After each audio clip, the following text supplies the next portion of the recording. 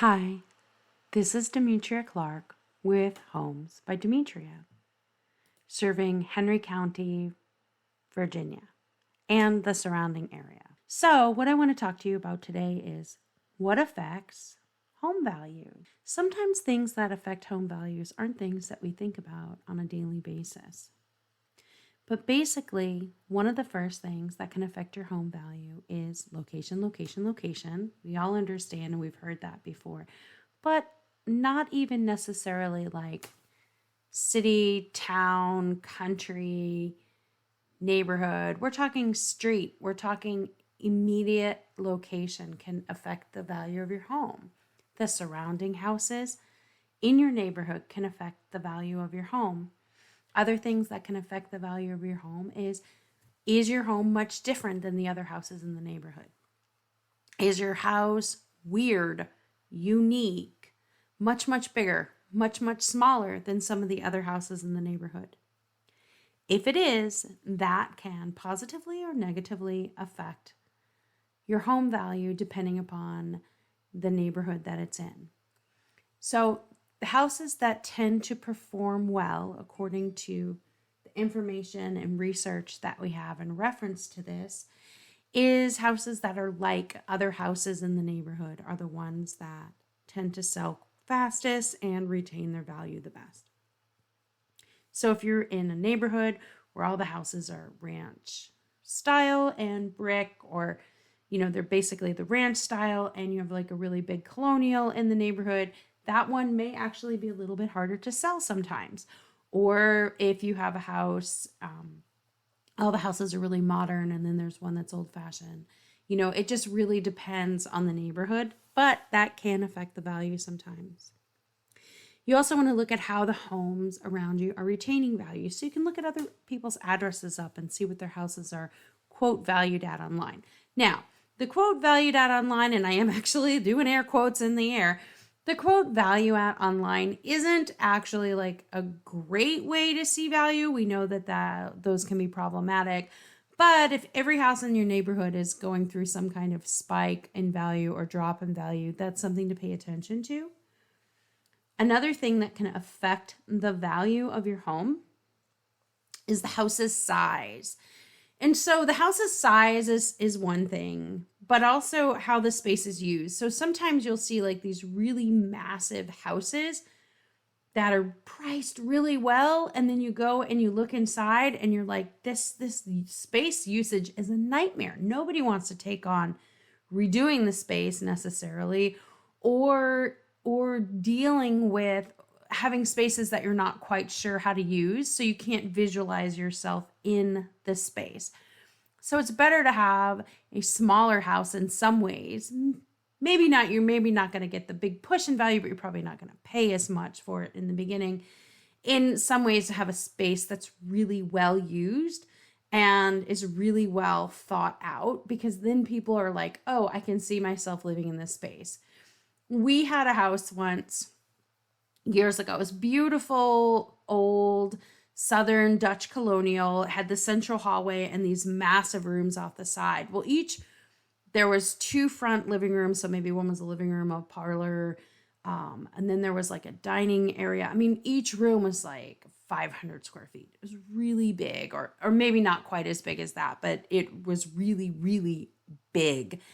And even shopping for furniture for that kind of space, I had to rethink things. I couldn't just go with a regular dining room table if you have a dining room that's that humongous, because it just looks weird. It looks like you have a little kid's table in the middle of a really big room.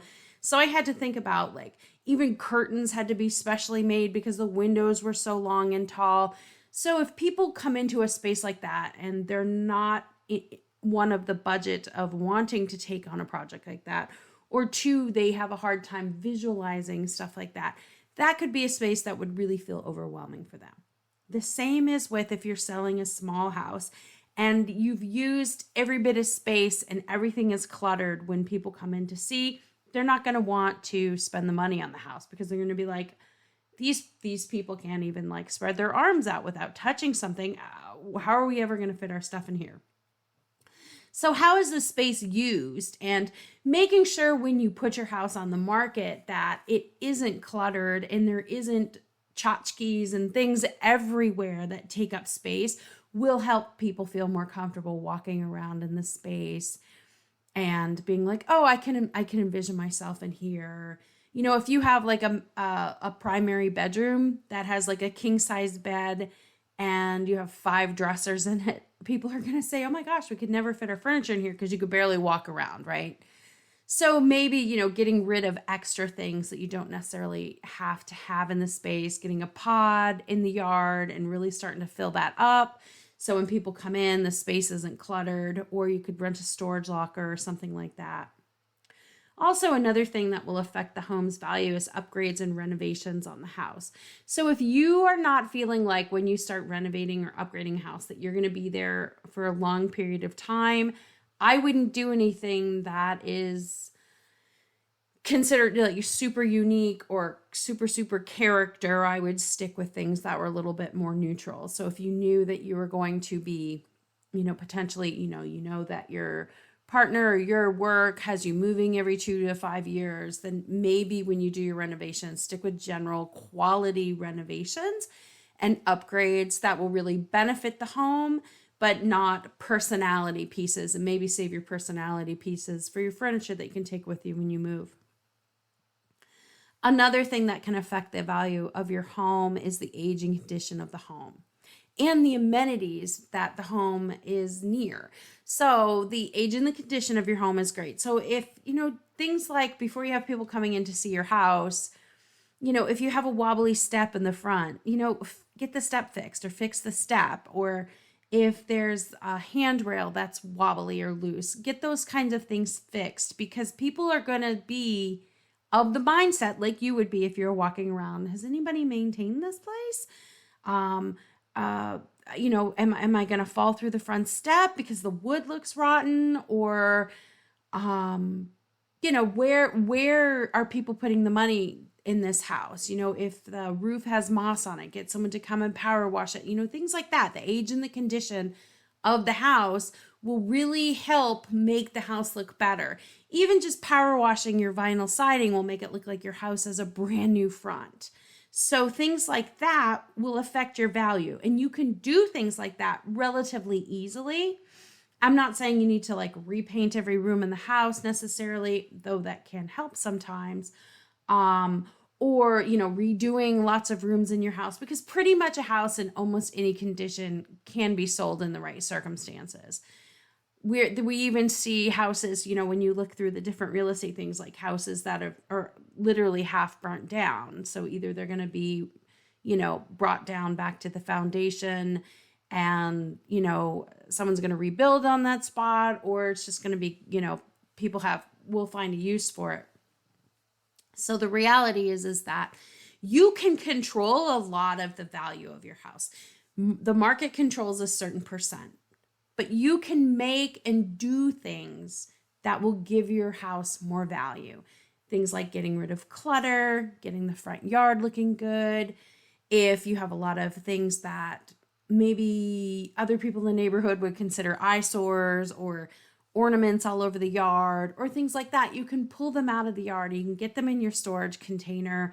You can really kind of genericize, make your house really generic looking. A lot of people are like, but I really like this, and I want someone, who really, really loves this space to buy this space. And the reality is that you're leaving that space. So you need to sell people on the memories that they're going to make in the space, not your memories of that space. And so sometimes as sellers, we're going to be like, but we had all these great times here, and I love the fact that, we could have this beautiful window seat and have all of these wonderful things around for our children to play on. But the reality is that someone else needs to put their family in your space and be able to envision their family in your space. And if they can't do that, that can negatively affect the selling time and the value of your home. So thank you so much for listening. This is Demetria Clark with Homes by Demetria. And I hope you have a wonderful day. And please like and subscribe and check out the podcast. I'm going to be putting stuff up on a regular basis in reference to connecting people with getting into their homes. And I want to be helpful and useful. So things like comments, or you can message me and say, hey, talk about this or talk about that. I want to know a little bit more about you, or I'm tired of hearing about you. Let's hear about something else. And I can do that for you, because what I want to try to do is to be a resource that will help people get into homes. Because intergenerational wealth through real estate and connection to community through real estate is really important to me. So thanks for listening and have a great day.